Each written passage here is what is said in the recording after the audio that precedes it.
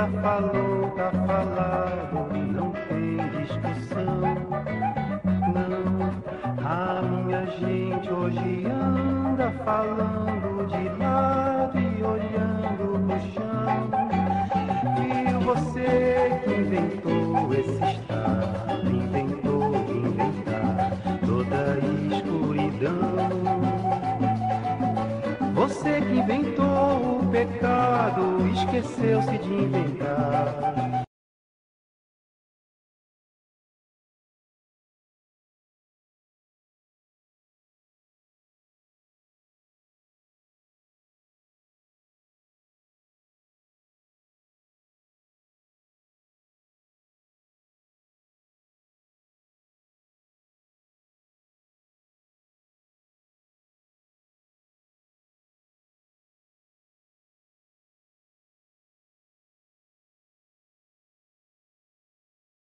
Olá, você sabe a diferença entre comunismo e socialismo?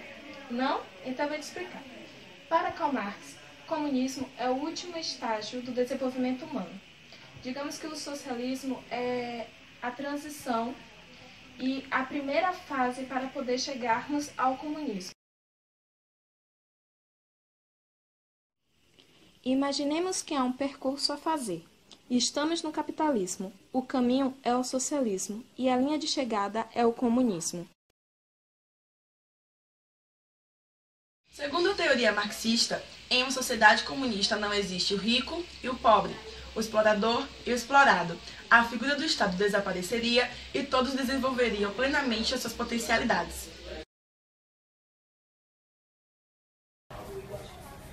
Bom dia! Nosso assunto hoje é comunismo. Estamos aqui com Maílson Oliveira e Paola Cabral e eles vão nos esclarecer um pouco sobre o assunto.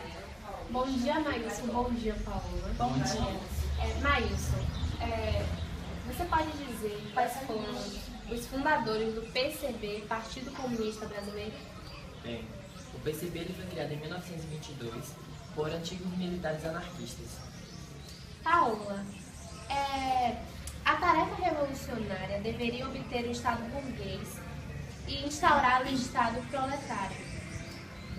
Mas como seria esse Estado? Então, o Estado proletário, em uma certa medida, ele representa um instrumento de dominação da classe operária.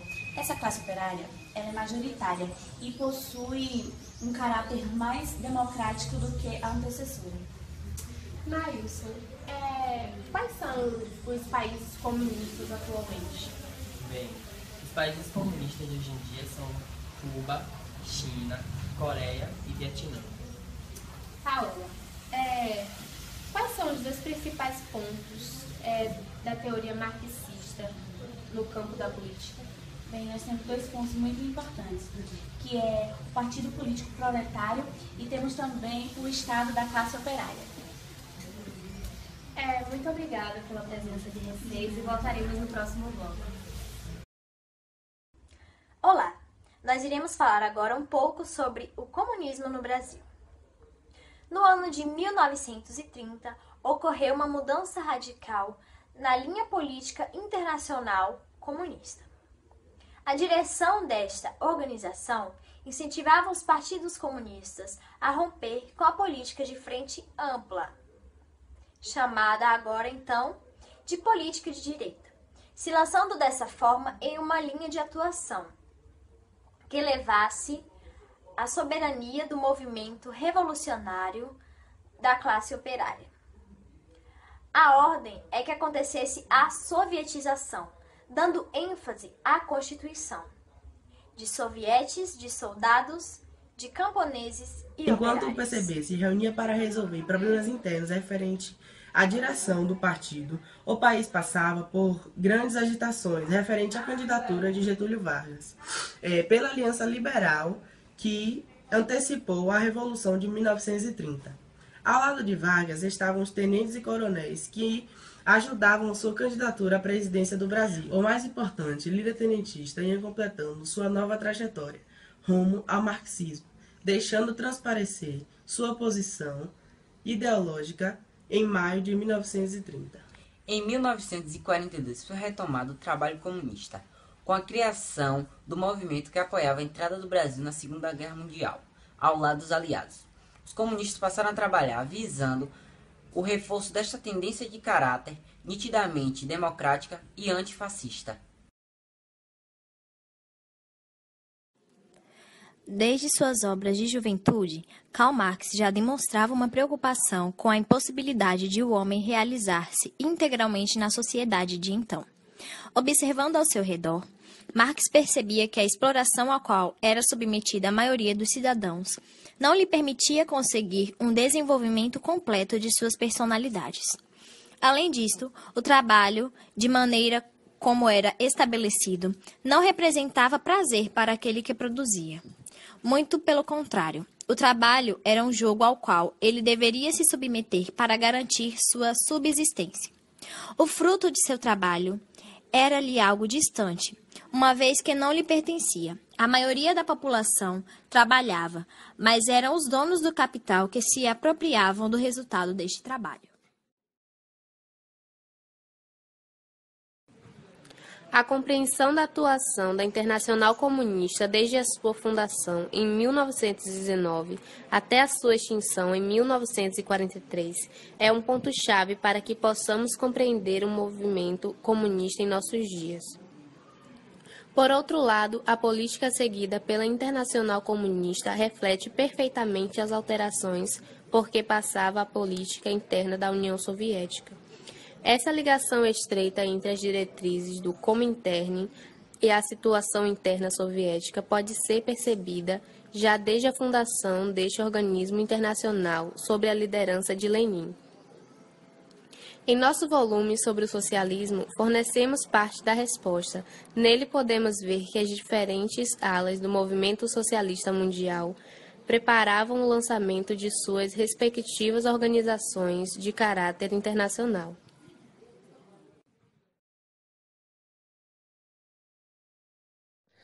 Para Marx e Lenin, o comunismo é algo positivo e que faria do mundo um lugar melhor. Entretanto, para outros pesquisadores e pensadores, é exatamente o contrário. Segundo Ludwig von Mises, o comunismo é uma doença. Abre aspas. Chamamos isso de complexo de Fourier, que consiste num distúrbio de natureza psiquiátrica, na qual o complexado se sente compelido a advogar por uma forma extrema de igualitarismo, estando mesmo disposto a aceitar ou mesmo a desejar a pobreza geral, inclusive até a miséria e a desnutrição, como consequência ao meio de se tornar o bem-estar de todos os membros da sociedade igual. Fecha aspas.